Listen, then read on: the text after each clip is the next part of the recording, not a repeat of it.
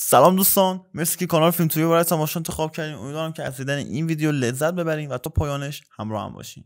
دوستان امروز تو این ویدیو می‌خوایم فیلم دان جان رو براتون توضیح بدیم. فیلمی که در مورد پسریه که معتاد خودارضاییه و اینکه توی زندگیش فقط خودارضایی، پورن دیدن و رابطه با دخترها مهمه. و در کنار اینا تمیزی خونه و رسیدن به خودش و رفتن باشگاه و بدنسازی هم براش مهمه. جان توی یه بار کار میکنه و به خاطر همینم میتونه که هر دختری که دلش خواست ببره توی خونش و باهاش رابطه برقرار کنه. اما نمیدونم با این وضعی که این همه دختر میتونه بیاره چرا بازم خودارضایی میکنه. علت این که جان خودارضایی میکنه اینه که با هر دختری که رابطه برقرار میکنه دختر اون چیزایی که مورد انتظاره جان رو برآورده نمیکنن. برای همینم همیشه روی میاره به فیلم‌های پورن. طبق روال همیشه وقتی جان دوستاش میان سراغش توی اون بار با هم دیگه برای دخترها نظر میدن و میگن که کدومشون از کدوم بهتره و بهشون امتیاز میدن. برای همینم این سری جان چشمش یه دختر رو میگیره و دوستاش بهش میگن که اگه میتونی برو مخ اینو بزن. جانم باهاشون شرط میبنده و قبول میکنه که بره مخشو بزنه. اما جان این دختر رو فقط برای رابطه و برای یه شب میخواست، ولی دختر جان رو برای رابطه یه شبه نمیخواسته و میخواسته که باهاش رابطه جدی داشته باشه و با هم دیگه ازدواج کنن. جان هم که حرفای دختره رو زیاد جدی نمیگیره میره توی بار و یه دختر دیگه رو جور میکنه و میارتش خونه و طبق روال همیشه باهاش رابطه برقرار میکنه. اما چون از رابطهش لذت نمیبره بازم میره سراغ فیلم‌های پورن. جان طبق روال هر هفتهش روزای یکشنبه میره به کلیسا و اعتراف میکنه تا گناهاش پاک بشه و میگه که با چند نفر خوابیده و چند بار فیلم‌های پورن دیده. بعد از کلیسا شب وقتی رفیقای جان داخل خونش جمع میشن، جان سراغ همون دختر باربارا رو میگیره و میخواد که باهاش قرار بذاره. برای همینم میره و از همه جا پرسجو میکنه و اونو پیدا میکنه و فیسبوکشو فالو میکنه و با هم چت میکنن و یه قرار نهار با هم دیگه میذارن. وقتی میرسن سر قرار متوجه میشیم که دختره یعنی باربارا هم به جان علاقه داره و بعد از صرف نهار با هم دیگه میرن سینما و یه فیلم رمانتیک میبینن که جان اصلا از این نوع فیلم‌ها خوشش نمیاد و فقط میدونه که معتاد فیلم‌های پورنه.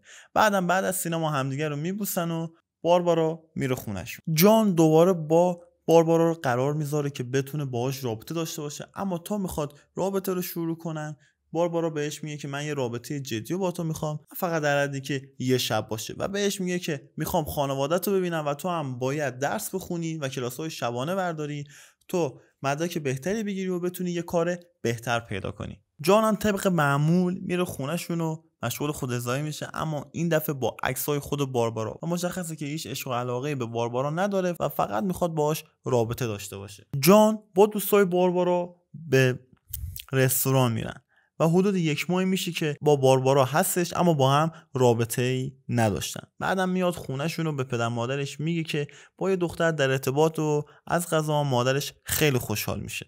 شب جان وقتی میخواد بره سر کلاسش باربارا بهش زنگ میزنه و بهش میگه که امشب میخواد بیاد به خونش. وقتی تلفنش با باربارا تموم میشه و میخواد وارد کلاس بشه دم در آموزشگاه دختری به نام استر رو میبینه که داره گریه میکنه، اما زیاد بهش توجهی نمیکنه و وارد کلاس میشه. بعد داستان این دختر توی زندگی جان از اینجا استارت میخوره. بعد از کلاس شب باربارا میاد خونه جان و با هم رابطه برقرار میکنن، اما طبق روال همیشه جان از رابطهش راضی نیست و دوباره میره سراغ فیلم‌های پورن و مشغول خودارضایی میشه. وقتی جان مشغول خودارضایی باربارا میاد توی اتاق و مچشو میگیره و خیلی ناراحت میشه و میخواد خونه رو ترک کنه که جان براش بهونه میاره و بهش میگه که این فیلم خیلی قشنگ بوده، یکی از دوستاش براش فرستاده بود و پیشنهاد کرده بوده که ببینه و کلا زیاد اهل دیدن فیلم‌های پورن نیست. اتفاق جدیدی که توی زندگی جان میفته اینه که دیدن شب‌ها و فیلم‌های پورنش مختل میشه، چون که باربارا هر شب میاد خونش،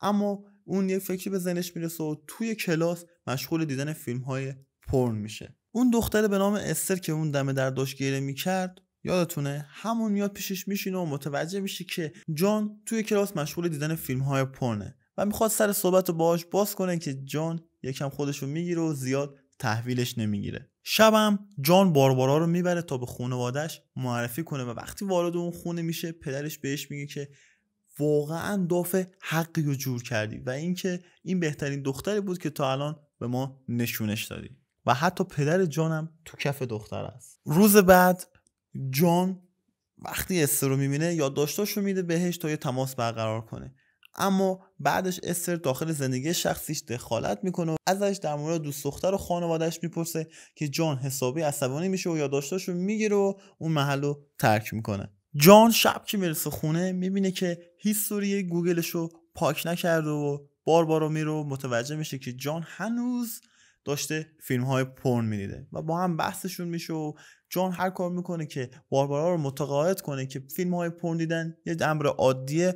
موفق نمیشه و باربارا باهاش اون شب به هم میزنه. جان هم طبق روال همیشه و هر شبش میره سراغ فیلم‌های پورن و خودارضایی میکنه. جان هم زندگیش به روال همیشگیش برمیگرده و شبا میره بار و یه دختری رو جور میکنه و میره با هم و رابطه برقرار میکنن. اما بازم جان از این روابط لذت نمیبره و بازم میره سراغ فیلم‌های پورن و خودارضایی میکنه. روز بعدم که جان اعصاب درست حسابی نداره با راننده جلویش بحثش میشه و دعواش میشه و میره شیشه ماشین جلویی رو خورد میکنه. بعدم میره پیش خانواده‌اش به صرف نهار. بعد از نهار خوردن جان به خونه خودش برمیگرده و دوستش میاد پیشش و ازش در مورد شیشه ماشینی که شکونده و باربارا و رابطه‌شون میپرسه که جان بهش میگه اون فهمید که من فیلم‌های پورن میبینم و به همین دلیل رابطه‌شو با من به هم زد. اما دوستش هیچ کدوم از این حرفاشو باور نمیکنه و متقاعد نمیشه که باربارا به خاطر دیدن یه فیلم پورن با جان به هم زده. شبم وقتی جان میره سر کلاسش، بعد از کلاس جان با استر میره تو ماشین و با هم دیگه رابطه برقرار میکنن. استر هم در مورد فیلم هایی که میبینه از جان سوال میپرسه و بهش میگه که تا حالا به این فکر کردی که بخوای این فیلم ها رو ترک کنی و دیگه نگاهشون نکنی؟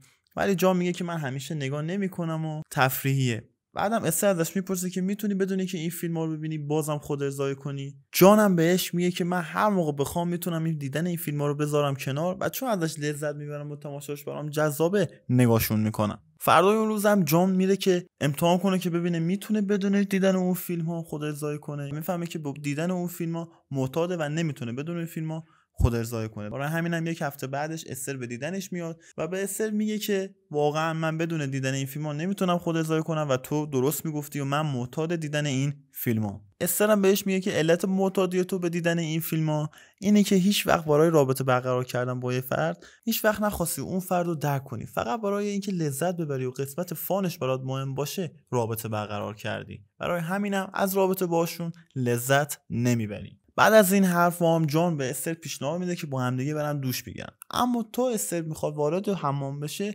گریهش میگیره و بعدم جان ازش میپرسه که علت این گریه برای چیه. اونم بهش میگه که داخل تصادف شوهرش و بچه‌هاشو از دست داده.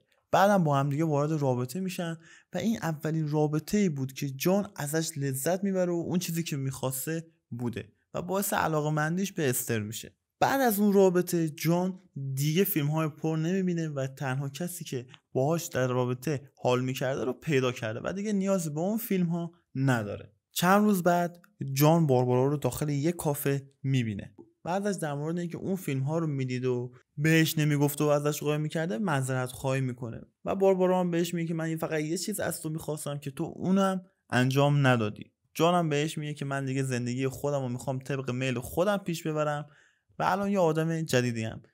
که باربارا اینجا بهش برمیخوره و بلند میشه میره. در نهایت هم جان دیگه از اون فیلم ها نمیبینه و یه آدم سرحال شده که با دوستاش وقت میگذرونه و آخر فیلم هم با توجه به این که استر ازش بزرگتر و یه شوهر هم داشته قبلا به هم دیگه علاقه‌مند میشن و با استر ادامه میده و رابطه خوبی رو با هم دارن و اینجا هم فیلم به پایان میرسه. امیدوارم که از دیدن این فیلم لذت برده باشین و اگر بردین حتما ویدیو رو لایک کنین.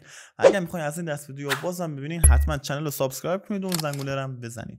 تا یه ویدیو دیگه بدرود.